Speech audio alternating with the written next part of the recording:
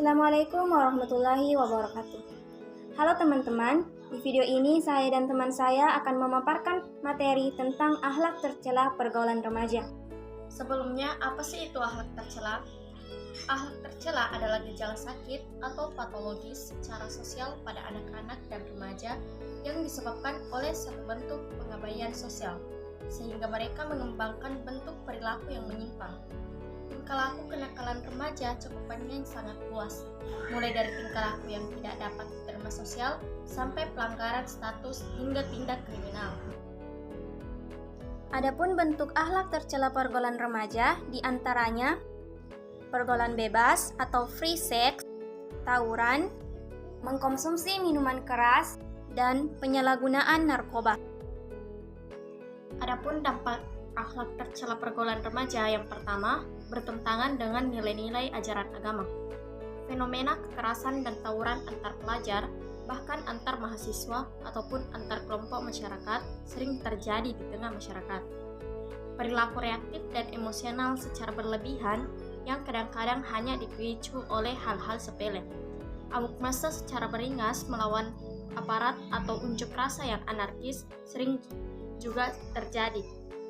Yang kedua, hilangnya budaya malu. Malu adalah sebagian dari iman. Hilangnya iman dapat diawali dari hilangnya rasa malu pada diri seseorang. Dan yang ketiga, menimbulkan masalah kesehatan.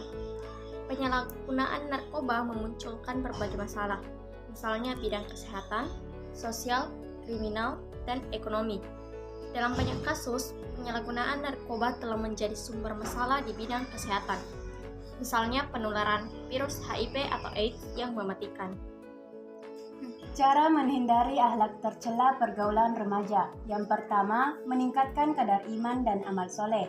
Menaruh kepercayaan secara tulus kepada Allah, menjadikan manusia sebagai sosok insan yang memiliki visi dalam hidup, di mana visi ini selalu diperjuangkannya dengan segenap usaha dan kerja keras sebagai rasa kepeduliannya terhadap kemaslahatan semua orang yang ada di sekitarnya.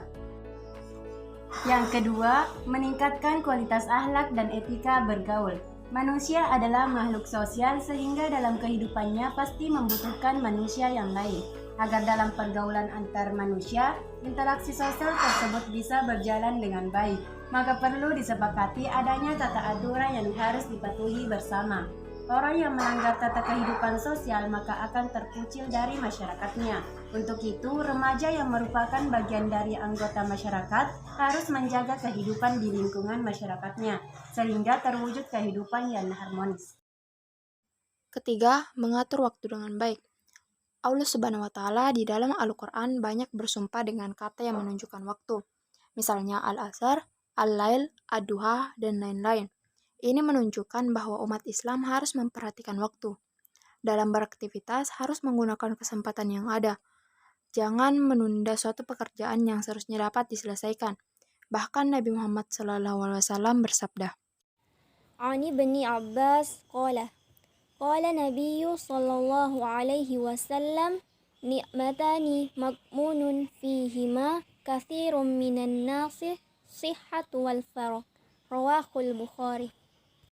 Dari Ibnu Abbas radhiyallahu anhu, dia berkata, Nabi sallallahu alaihi wasallam bersabda, dua kenikmatan kebanyakan manusia tertipu pada keduanya, yaitu kesehatan dan waktu luang.